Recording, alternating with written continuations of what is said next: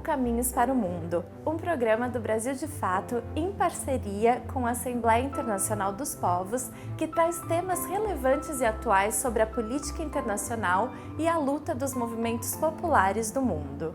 No programa de hoje, vamos falar sobre as eleições presidenciais na França, que vão acontecer em abril, e sobre as tentativas de unificação da esquerda para apresentar uma alternativa ao modelo econômico neoliberal e virar o resultado eleitoral. Assim como o Brasil, a França também será marcada por eleições presidenciais em 2022. O primeiro turno está previsto para 10 de abril. Se nenhum candidato conseguir mais de 50% dos votos, haverá segundo turno no dia 24. O francês Emmanuel Macron deve tentar a reeleição e concorrer contra candidatos da extrema-direita. A insatisfação contra o governo de Emmanuel Macron em relação ao desemprego, inflação, alto custo de vida, entre outros problemas que os franceses vivem, trouxe à cena eleitoral alguns nomes conhecidos de extrema-direita, como Marine Le Pen e o candidato independente Éric Zemmour, que além do discurso xenofóbico tem a proposta de retirar a França da União Europeia. A esquerda francesa se divide entre o Partido Socialista e a Europa Ecológica, os Verdes, alinhados à centro-esquerda na maioria das pautas sociais, como políticas de proteção ambiental, democracia, justiça social e igualdade de gênero. Além disso, compartilham o eleitorado mais à esquerda ecossocialista, próximo ao partido França Insubmissa, apoiado pela Frente de Esquerda. Para falar sobre essa conjuntura e a disputa de forças que concorrem ao governo francês, a nossa convidada de hoje é Florence Poznansky, dirigente nacional do Partido de Esquerda, que em breve eu vou aqui apresentar direitinho com todos os créditos, mas antes disso eu gostaria de dar as boas-vindas. Florence, muito bem-vinda. Obrigada. Obrigada por me convidar também. Bom dia, boa tarde a todos e todas. Florence Poznansky é dirigente nacional do Partido de Esquerda, principal líder do movimento França Insubmissa, pelo qual Jean-Luc Mélenchon disputou as eleições presidenciais em duas ocasiões, alcançando 11% dos votos em 2012 e quase 20% em 2017. Ela é cientista política e engenheira civil. Morou no Brasil por quase 10 anos, militando pelos processos de participação popular dos meios de comunicação e representando o seu partido. Florence, mais uma vez, muito bem-vinda ao Caminhos para o Mundo. É um prazer imenso tê-la aqui com a gente. Muitas pesquisas indicam que o Macron, do Partido em Marcha, teria fortes chances de vitória.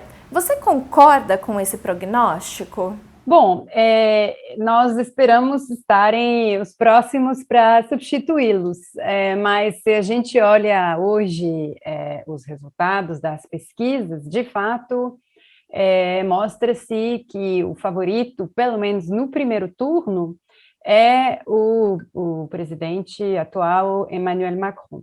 Existem vários fatores para explicar isso. Primeiro que, atualmente, uma grande parte do eleitorado não está se manifestando para votar, talvez a gente vai voltar a falar um pouco sobre isso, mas um dos principais fatores também que pode inverter o resultado, um pouco como a gente viu no Chile, por exemplo, agora, é a própria participação popular, né? Sabemos que o eleitorado da direita é um eleitorado que costuma votar com mais frequência, até por terem mais poder aquisitivo, por estar mais introduzido dentro das redes institucionais, e é uma grande parte do eleitorado do Macron. Por outro lado, ele, apesar de ter um balanço político muito péssimo no que tange à incapacidade que ele teve de conter o aumento das desigualdades sociais, ele conseguiu também alguma vantagem na maneira com a qual ele liderou a pandemia, porque ele acabou desdobrando muitos recursos, né, para assuntos emergenciais para impedir que lojas fechem, que as pessoas ficassem desempregadas. Então, isso deu uma sensação assim, de um presidente ativo que respondia a algumas perguntas imediatas do povo. Ele soube também manusear isso razoavelmente bem, né, no período desse fim desse mandato, e isso são os elementos que podem justificar que ele está liderando na frente das pesquisas no primeiro turno. Florence, você podia explicar para a gente um pouquinho melhor qual é a diferença entre a Marine Le Pen e o Macron, se é que existe alguma? Marine Le Pen conseguiu, quando ela retomou a liderança do partido, ela conseguiu transformar esse partido em algum partido que podia se projetar de uma maneira mais séria no governo, trazendo um programa basicamente clássico também, de um soberanismo racista, com uma série de um programa que se resume em todos os serviços para os franceses e fora os estrangeiros, e, de fato, também ali uma forma de conservadorismo econômico na relação de pensar o partilhamento dos bens comuns, vamos dizer assim. Mas existe, claro, uma diferença, né? Porque o Macron, ele é herdeiro de um movimento totalmente neoliberal e nesse processo internacionalista que o liberalismo também tem, né? Então, ele é a favor dos tratados de livre comércio, ele é a favor do que ele mesmo chama de Startup Nation, né? A nação das startups, ou seja, um modelo ágil, que não precisa mais de processos institucionais, e a gente vê como que a atitude dele foi um desrespeito às instituições. Mas esse já é uma outra família política, né, próximo dos movimentos, dos meios bancários, econômicos e das multinacionais. Então, quando a gente tem feito essa diferença, né, entre Macron e Le Pen, a gente também precisa olhar as coisas similares.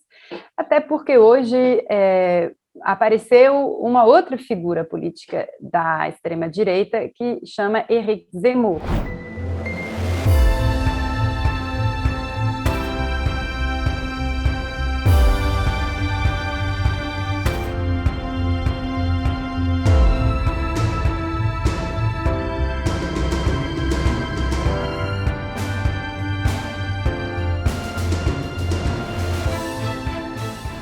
O pensamento da extrema-direita está representado de uma maneira praticamente igualitária, em termos de intenções de voto, por duas figuras. A Marine Le Pen, vamos dizer, um fascismo extrema-direita clássico, e o Éric Zemmour, que ele tem adotado uma atitude muito mais provocadora nos perfis do Trump ou nos perfis também do próprio Bolsonaro. Florence, quais seriam os mecanismos do atual governo para o desmonte do estado de bem-estar social? As ações das forças de segurança atingem algum setor da população especificamente? Isso é uma pergunta muito importante, porque eu estava falando mais cedo, né, do modelo da Startup Nation, né, e aí o que há de central nesse modelo é a simplificação, a desburocratização dos procedimentos, partindo do princípio do bem meritocrático, né, de que a partir do momento que você se debruça, tem vontade de fazer, de iniciativa, etc., você vai conseguir, né? O Macron tinha... Então, na verdade, a gente viu como o próprio processo de gestão do serviço público tem sido limitado para alguns que podiam, então, se incluir, né, e dentro dos que conseguem correr atrás dessa máquina muito louca, inclusive a partir, por exemplo, houve agora um processo de aceleração da desmaterialização do serviço, coisa que pode ser uma coisa muito boa, ou seja, você não precisa mais ir para uma agência pública para fazer um procedimento, fazer uma fila, preencher formulários, porque essas coisas você pode fazer online. Mas quando ele não está sendo feito com alternativas suficientes, sabendo que a gente ainda tem espaços desiguais, né? A França não está totalmente conectado, você vai afastando as pessoas e criando praticamente zerando as alternativas que essa pessoa tem para correr atrás. Sabemos, por exemplo, que a quantidade de pessoas que não recebem seus direitos, ou seja, as pessoas, né, há uma quantidade de auxílios sociais que estão previstos para determinados perfis de pessoas, e sabemos que a quantidade de pessoas que não atendem, né, não vão buscar esse direito aumenta. Então, esse processo, a estratégia do Macron foi mais ou menos isso, aumentando, então, uma forma de divisão entre os que podem atender um sistema e os que estão perdidos fora, sem mais esse atendimento. Isso, inclusive, nós vimos muito claramente com a sua política de vacinação. Não sei se chegou até a central de mídia, até o Brasil de Fato, mas o Macron teve uma fala assim, terrivelmente absurda de violência.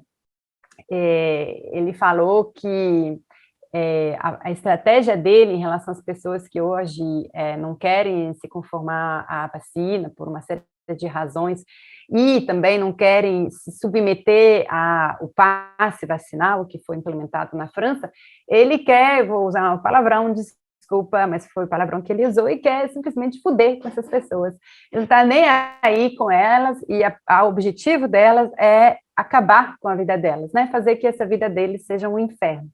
Então, essa é uma estratégia de divisão e é uma estratégia que ele pode identificar como vitoriosa na medida que ele traz junto com ele a coesão de todos que justamente vê nessas pessoas os nadas, igual ele, as pessoas que não conseguem caminhar com suas próprias pernas, etc, etc. Você acredita que a pandemia, ela acelerou a fascistização da sociedade francesa?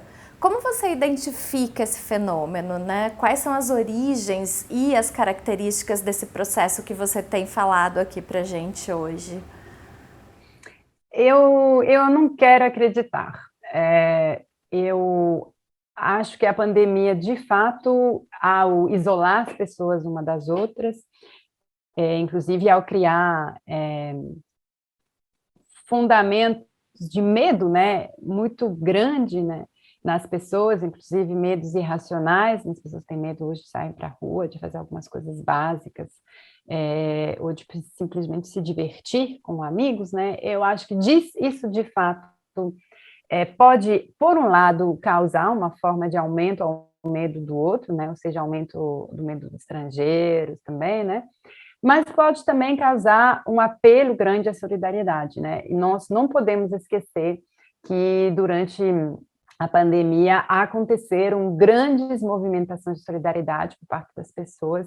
Então, eu acredito que estamos num meio, mas que, de fato, estamos vivendo uma mediatização muito grande e uma banalização muito grande dessa ideologia fascista na sociedade.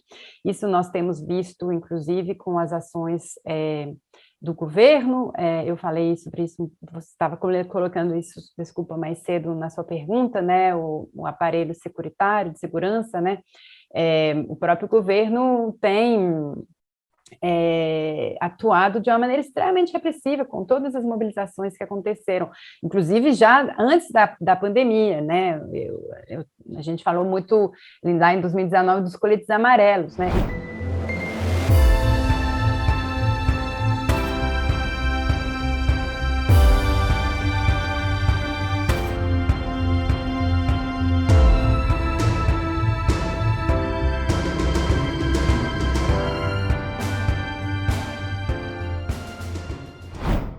Hoje nós temos aqui no nosso programa uma participação especial de Thales Schmidt, editor de temas internacionais do Brasil de Fato, que vai fazer uma pergunta para você, Florence.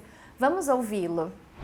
Florence, quais são as propostas e a leitura que a extrema-direita faz sobre os refugiados e os imigrantes na França? Como isso aparece na campanha eleitoral? E quais são as propostas da esquerda nesse campo? esses estrangeiros, principalmente quando eles têm uma religião muçulmana, eles estão responsáveis da prática do terrorismo, a gente não pode fazer concessões, e é preciso, então, reconquistar as origens. Então, as origens católicas, as raízes históricas do nosso país. Então, de fato, numa situação onde temos uma crise econômica importante, onde temos uma grande precarização da população, que não é fruto só desse último governo, mas dos 20 últimos governos, com uma destruição progressiva do serviço público, então encontramos ali uma parte da população que, de fato, acha que esse apelo popular, né, que também a extrema-direita sabe fazer, mas contra uma parte do seu próprio povo, né, que são as pessoas de origem estrangeira, possa ser, então, uma saída. E ali vai se construindo esse discurso que é preciso também falar, também não consegue esconder seus desdobramentos violentos.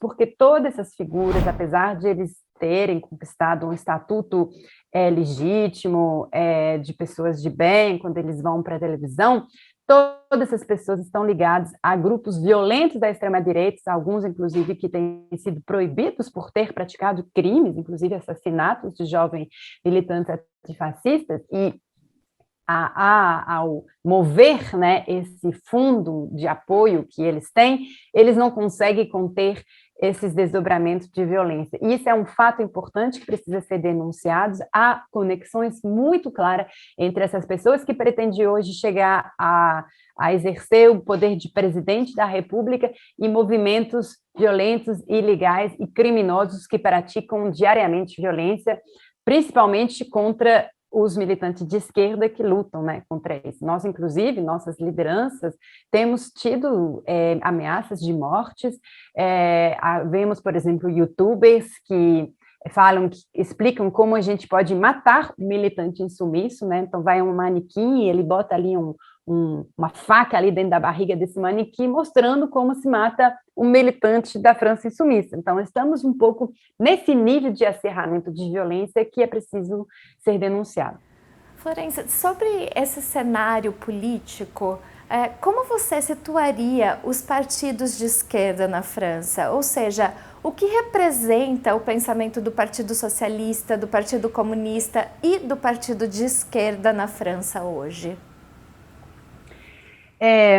Bom, primeiro dizer que atualmente há muitos candidatos de esquerda, então estamos de fato num cenário muito dividido entre duas candidatas do Partido Socialista, porque eles não conseguiram se acordar, um candidato do Partido Verde, um candidato do Partido Comunista, um candidato que criou seu próprio movimento, que era também do Partido Socialista, e mais dois outros candidatos que a gente costuma chamar de extrema-direita, trotskista, movimento operário, e o nosso candidato, Jean-Luc Mélenchon, que lidera, né, que é ele tem mais ou menos o dobro das intenções de votos de todos os outros.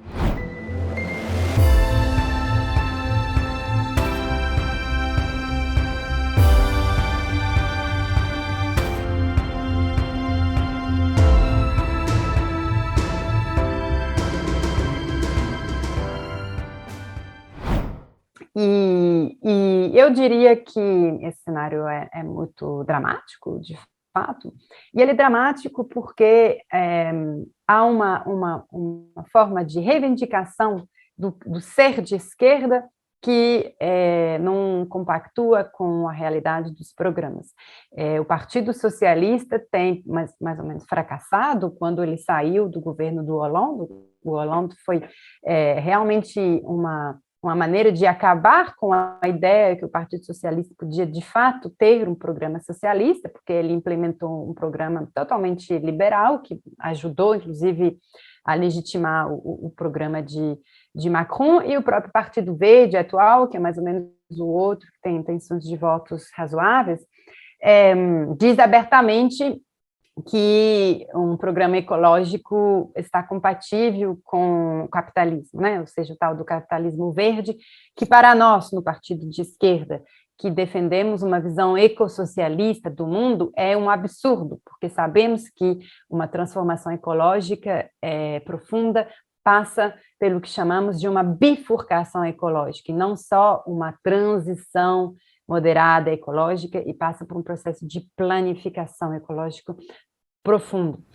E qual é a diferença entre a frente de esquerda e a França insubmissa? Sim, então, quando o partido de esquerda foi criado, em 2008, pelo próprio Mélenchon, sempre participamos, então, de 3 campanhas, né?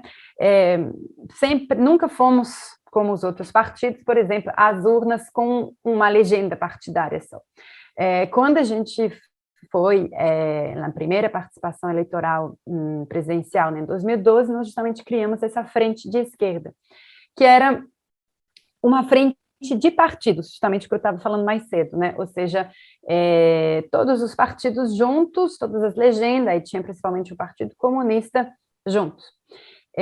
Isso funcionou, mais ou menos, mas aí justamente o grande câmbio que implementamos com a França insubmissa foi de sair desse modelo partidário para implementar um movimento político, que era a França insubmissa, ou seja, você não precisava ser filiado a um partido para poder participar dessa campanha, para poder se mobilizar.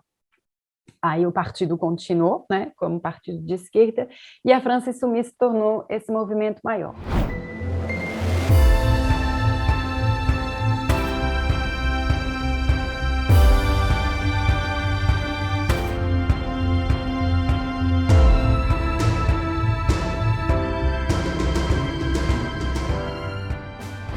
Hoje, inclusive, com a campanha atual, a gente superou ainda, né, esse processo que estamos em volta da unidade popular, inclusive uma homenagem, né, à companheira Allende, lá no Chile, muito importante, e essa unidade popular, ela mais ou menos representa, né, ou seja, alguns querem essa tal de unidade de esquerda, que mais ou menos não tem cabimento, mas nós conseguimos construir essa unidade popular em volta do programa, e é um pouco essa nossa proposta atual.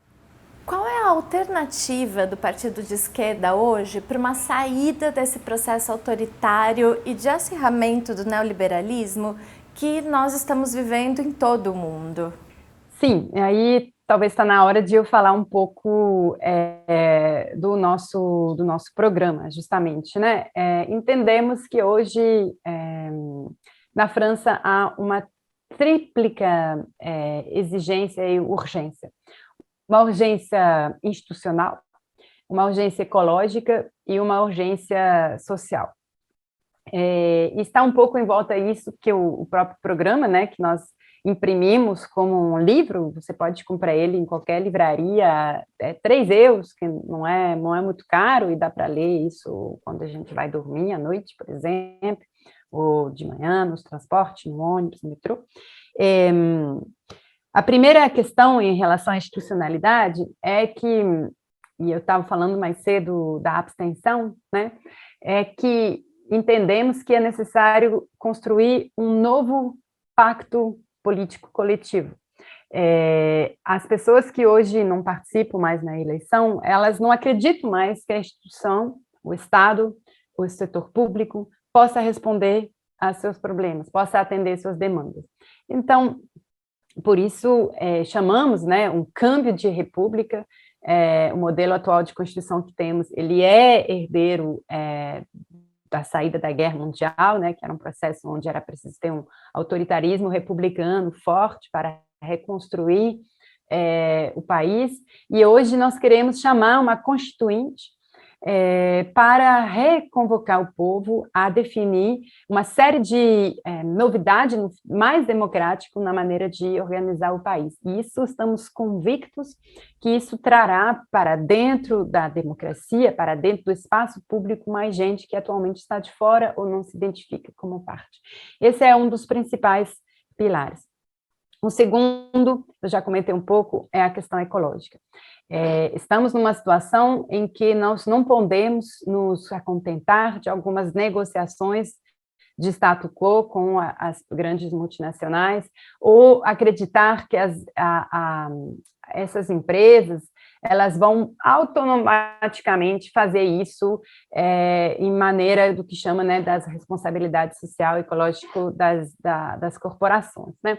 Por isso, é preciso construir um câmbio na maneira de se planejar, né, a política pública que seja estruturais em torno da questão ecológica. Para isso, necessitamos de um câmbio total da matriz energética, então, nós queremos sair do nuclear, nós queremos da energia nuclear, nós queremos sair de qualquer outras energias fósseis para entrar em um modelo 100% renovável, e nós queremos construir a organização produtiva do país em torno dessa prioridade ecológica. Nós, de fato, temos o que chamamos de regra verde, que é um princípio constitucional que diz que a gente não pode tirar da natureza o que a gente, mais do que a gente não tem possibilidade de devolver. Então, esse princípio, ele justamente tem o objetivo de mudar a matriz organizativa e econômica do país a serviço, então, da proteção do clima. E, decorrente disso, o terceiro pilar, que é a questão social, onde nós teremos uma revolução fiscal muito grande para justamente voltar a prelevar os impostos e o dinheiro das grandes fortunas e reequilibrar um pouco a organização fiscal do país. Florence, muito obrigada pela sua participação. Foi um prazer recebê-la aqui no nosso programa. Muito obrigada a vocês. É sempre muito emocionante para mim voltar a falar em português, me inspirando como na época que eu morava lá. Só aproveitar dizendo que temos também vários companheiros franceses e também brasileiros que estão no Brasil atuando agora para defender esse programa, para convencer os franceses que moram no Brasil. Então, talvez vocês terão a possibilidade de conhecê-los e eu me coloco também à disposição para realizar essas pontes. Muito obrigada. O Caminhos para o Mundo fica por aqui. Para rever este e outros conteúdos, é só acessar o canal do YouTube do Brasil de Fato e acompanhar a gente também pela TVT, canal 44.1 UHF Digital. Um abraço e até a próxima!